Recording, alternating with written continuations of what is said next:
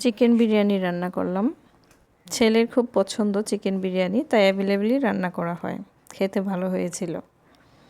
তো চিকেন বিরিয়ানিটা আমি রান্না করলে মুরগিটা আগে ভেজে নিই। ফার্মের মুরগির একটা গন্ধ আছে, ভেজে নিলে আর গন্ধটা থাকে না।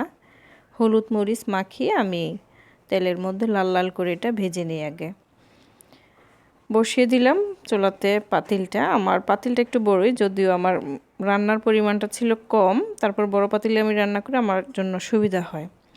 তো দিয়ে দিলাম পেঁয়াজ কুচি। আমি আজকে রান্না করব 1 কেজি পরিমাণ পোলাও চাউলের বিরিয়ানি। দিয়ে দিলাম আদা রসুনের পেস্ট। আদা রসুনের পেস্টটা আমার একসাথেই থাকে। হলুদ মরিচের গুঁড়া হালকা করে দিয়ে দিলাম। অনেকেই বিরিয়ানিতে হলুদ মরিচ ইউজ করে না, আমি ফুড কালার কোনো ইউজ করি না। ফুড কালারের পরিবর্তে হলুদ মরিচটা দিয়ে দিই, হালকা একটা কালার আসে। তারপর আমি বিরিয়ানির বাসায় বানানো বিরিয়ানির মশলাটা দিয়ে দিলাম।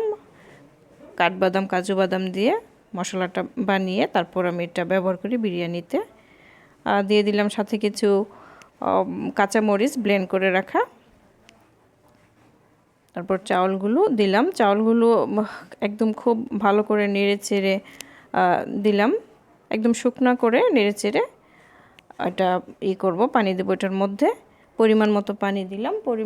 আমার পরিমাণটা হচ্ছে, পানির পরিমাণটা 1 কাপ চাউলের জন্য আমি 1.5 কাপ পানি দিই। তারপর চুলার স্পিডটা হাই করে আমি এটা ঢেকে দিব। তারপর পানিটা শুকিয়ে আসলে এটার মধ্যে মাংসগুলো দিয়ে দিব আস্তে করে। সাথে একটু ঘি, যদি ঘি পছন্দ না হয় তাহলে অনেকে ঘি দেয় না, আমাদের ভালো লাগে। ঘিয়ের স্মেলটা বের হলে ঘিটা দিয়ে দিলাম 2-4 চামচ। তারপর একটু নেড়ে চেড়ে এটা আমি দমে বসিয়ে দিব, একদম ঢেকে। তারপর দমে বসিয়ে দিব আমার। তারপর 10-15 মিনিট পর এটা ঢাকনাটা খুলে দেখলাম এটা হয়ে গেছে, কালার চলে এসেছে, হয়ে গেছে এটা। এই যে প্লেটে নিচ্ছি,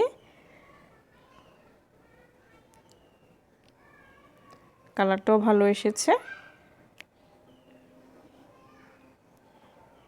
মাংসও সিদ্ধ হয়েছে।